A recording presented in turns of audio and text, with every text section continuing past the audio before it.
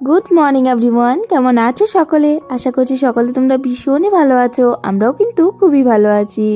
এখন ঘড়িতে প্রায় বাজে সকাল 6:30, আর এখন থেকে তোমাদের সবাইকে সাথে নিয়ে আজকে ব্লগটা স্টার্ট করলাম। আশা করছি তোমাদের আজকের এই ব্লগটা দেখতে খুব ভালো লাগবে।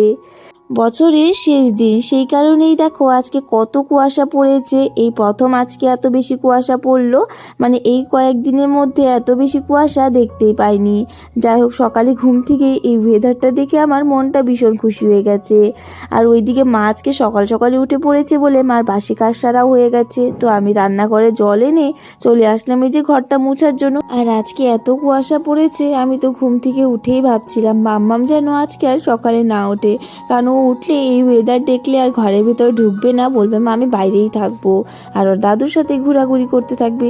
তো তারপর দেখি আজকে সকালে উঠে নিয়েও আজকে একদমই পরে গিয়ে 8:30-9টার মধ্যে উঠেছিল। আজকে এত ঠান্ডা বলে একদম ঘুম থেকে উঠে কিন্তু গায়ে চাদরটাও দিয়ে নিয়েছিলাম, আর সোয়েটার তো পরেইছি। আর আমি না এই গায়ে চাদর দিয়ে একদমই কাজ করতে পারি না, তো গায়ে চাদরটা দিয়ে দুটো ঘর মোছার পর আর ভাবলাম যে না এখন খুলেই নি। আর ওইদিকে দেখবে কাজ করতে নিলে কিন্তু এই গরম ভাবটা চলেই আসে শরীরে।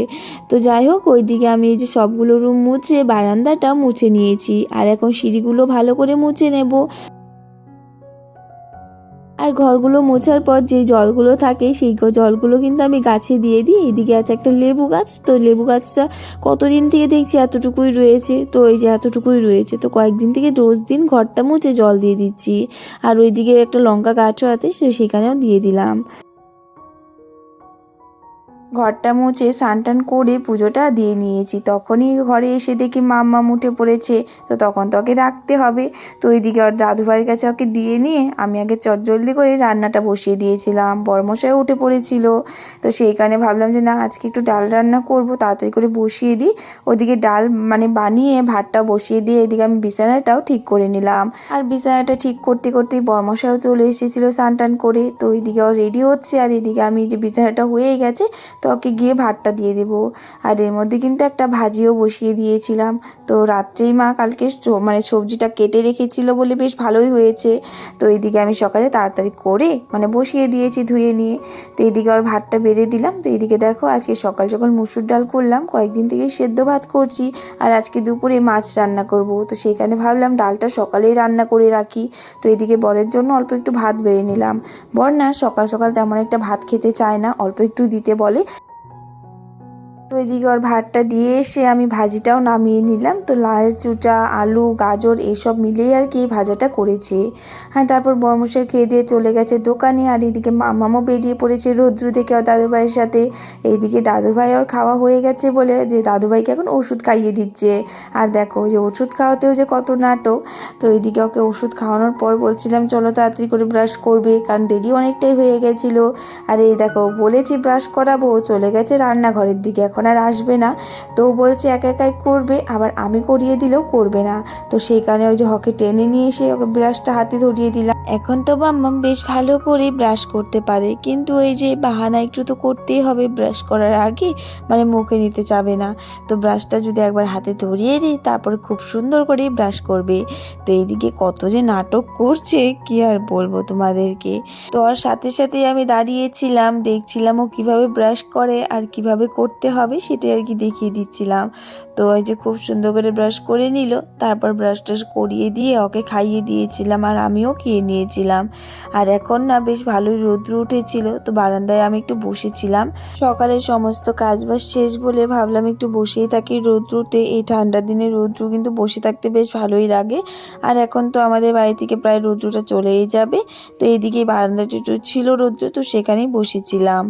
আর তারপরে যে আমি আবার চলে আসলাম রান্নাঘরে। এইদিকে আজকে দেখো ওই যে মাছের ঝোল রান্না করেছি, তারপর লাউ ঘন্ট করেছি মাছের মাথা দিয়ে।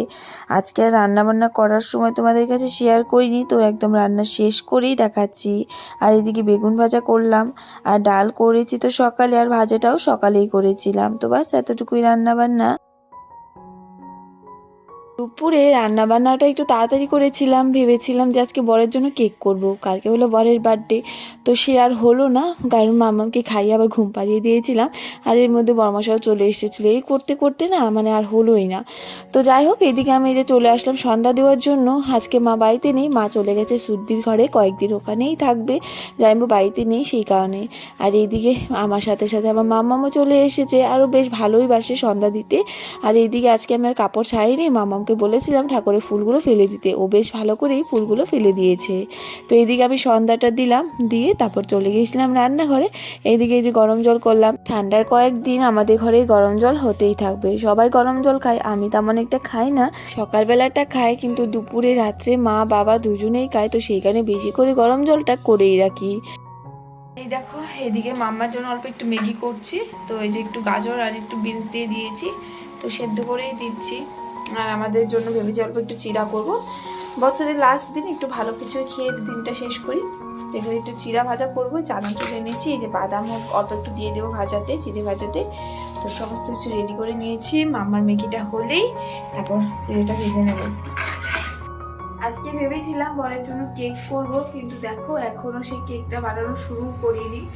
তো খাইয়ে দাইয়ে মামাকে ঘুম পাড়িয়ে দিয়েছিলাম, তারপর একটু 5 মিনিটও বসিনি, বর্মশাই চলে এসেছে। খেয়ে দিয়ে আমি ঘরটা ঝাড় দিতে দিতে মামা আবার উঠে পড়েছিল, আবার তারপর মা আবার চলে গেল দিদির ঘরে। আর এই করতে করতে আজকে কেকটাই বানানো হয়নি। আর দেখো, কালকে হলো বরের বার্থডে, কেক বানাতে পারি কিন্তু বানানোও হয়নি, জানি না কি হবে। তো যাই হোক, এখন চিড়েটাকে ভেজে নিই, তারপর দেখি যদি সময় হয় বানিয়ে নেব। তো এই দেখো, এখানে চিড়ে ভেজে নিয়েছি, একটা বিস্কিট, আর এখানে হলো চা। আজকে তো মা নেই, বাবাকে দিয়ে দিয়েছি। তো এই যে এখন আমারটাও রেডি। তো এখন চলো টিভি দেখবো, আর এই যে চাটা এনজয় করবো। তো এইদিকে দেখো, মাম্মামকে পড়তে নিয়ে বসালে কি করেও, সব বই একদম বিছানার উপরে ছড়িয়ে নিয়ে তারপরে ওই যে এক কোনায় গিয়ে একটা বই নিয়ে বসে বসে পড়াশোনা করে। তো আজকের বছরের লাস্ট ভিডিও আমি এখানেই এন্ড করলাম। তো চলো আজকের জন্য টাটা, রাধে রাধে, আবার দেখা হবে নিউ ইয়ারে, বাই।